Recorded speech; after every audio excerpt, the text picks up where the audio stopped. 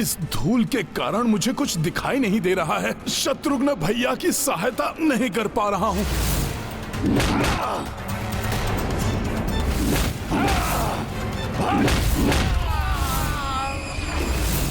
रघुवंशी, मुझसे अधिक चतुर नहीं है वो वानर। अपनी चाल से मैंने उसकी दृष्टि को बाधित कर दिया है। शत्रुघ्न भैया की पराजय तो मेरी ही नहीं, प्रभु श्री राम की भी पराजय होगी। अधर्म के विरुद्ध धर्म की पराजय होगी। यदि शत्रुघ्न भैया ने आज इस असुर का वध नहीं किया तो अनर्थ हो जाएगा। त्रिलोक विजय की लालसा में यह संपूर्ण संसार को अपनी विनाश लीला से आतंकित करेगा। मुझे किसी उपाय से यह मल्ल युद्ध को अभी रोकना ही होगा। मृत्यु स्वीकार करो रघुवंशी शत्रुघ्न। जितनी शीघ्र तुम्हारी मृत्यु होगी, उतनी शीघ्र ही मेरे प्रहारों से मुक्ति पाओगे तुम। मुक्ति।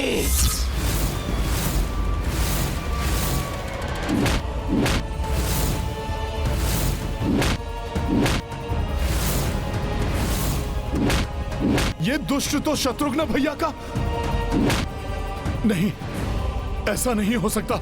नहीं, किंतु मैं इसे कैसे रोकूं? यदि मैंने हस्तक्षेप किया तो वो प्रभु की ही सिखाई मर्यादा के विरुद्ध होगा।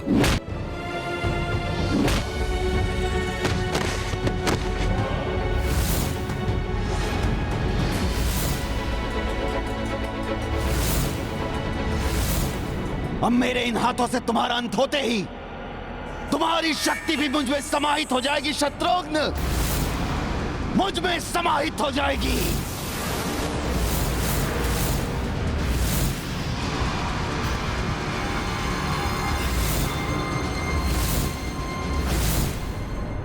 संकट से पाने को मुक्ति आई हनुमत को यह युक्ति। सूर्योदय देखी कछु सोची, मल्ल युद्ध को मध्य रोकी। की लवणासुर मुष्टि प्रहारा, किंतु बल बजरंग से हारा। कपि शत्रुघ्न सहाय प्रयासा, अनुज परंतु दुख आभासा।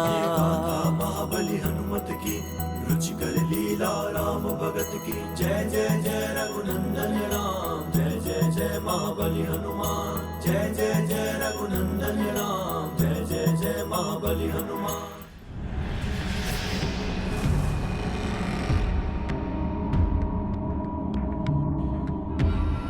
ये आपने कैसा अनर्थ कर दिया हनुमान जी। युद्ध के नियमों के विपरीत है आपका हस्तक्षेप। आपने मेरी रक्षा नहीं की, अभी तो घोर कलंक लगा दिया है मुझ पर। मुझे महापाप का भागी बना दिया है आपने। देखो असुरो, देखो इन रघुवंशियों की मर्यादा को देखो, जिसकी रट ये लगाए रहते हैं।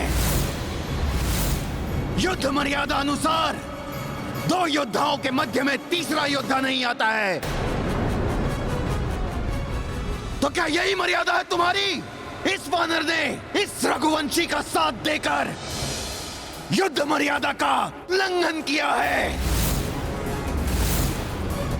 धिक्कार है ऐसी मर्यादा पर, धिक्कार है। किसी मर्यादा का उल्लंघन नहीं किया मैंने।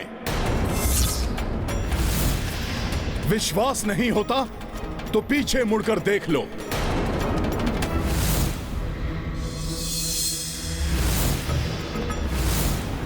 मल्ल युद्ध के नियमों के अनुसार उसकी समय सीमा होती है। जिस प्रकार दिन के युद्ध में सूर्यास्त के समय विराम होता है, वैसे ही रात्रि में प्रारंभ युद्ध सूर्य की प्रथम किरण के साथ रुकना अनिवार्य है। अपने आप को बहुत चतुर समझते हो वानर। अरे रात्रि युद्ध के लिए कोई नियम नहीं होता है, किंतु कोई बात नहीं, हमें रघुवंशियों को पराजित करने में अत्यंत आनंद आता है। इसलिए ये आनंद आज रात्रि को हमें पुनः प्राप्त होगा। इसलिए हम संध्या होने तक युद्ध विराम की घोषणा करते हैं और चुनौती देता हूं रघुवंशी कि मेरे साथ युद्ध के पश्चात रघुवंशी रक्त का उत्साह शेष है तुम में, तो इसी स्थान पर संध्या समय प्रस्तुत होना, अन्यथा मेरे समक्ष घुटने टेकने का मन बना लो रघुवंशी।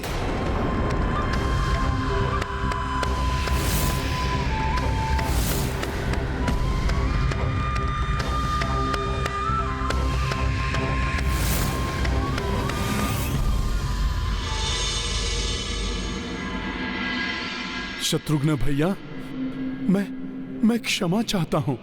मेरी युक्ति असफल होने के कारण ही आप आहत हुए। नहीं हनुमान जी,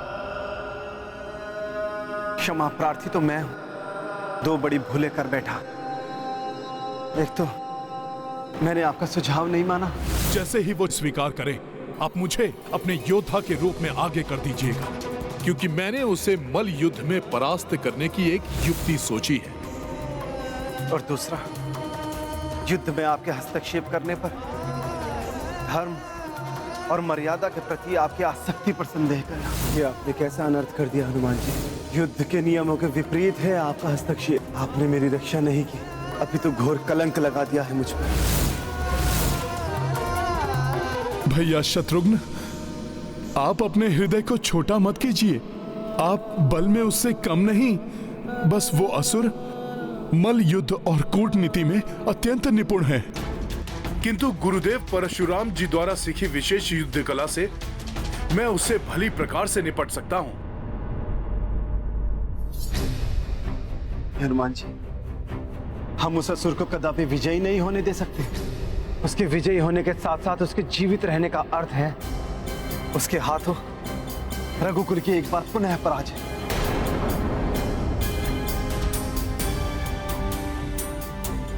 हाँ, उसका वध तो अति आवश्यक है,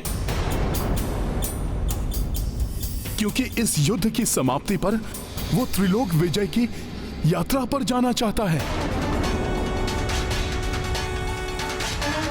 सर्वत्र विनाश करेगा वो।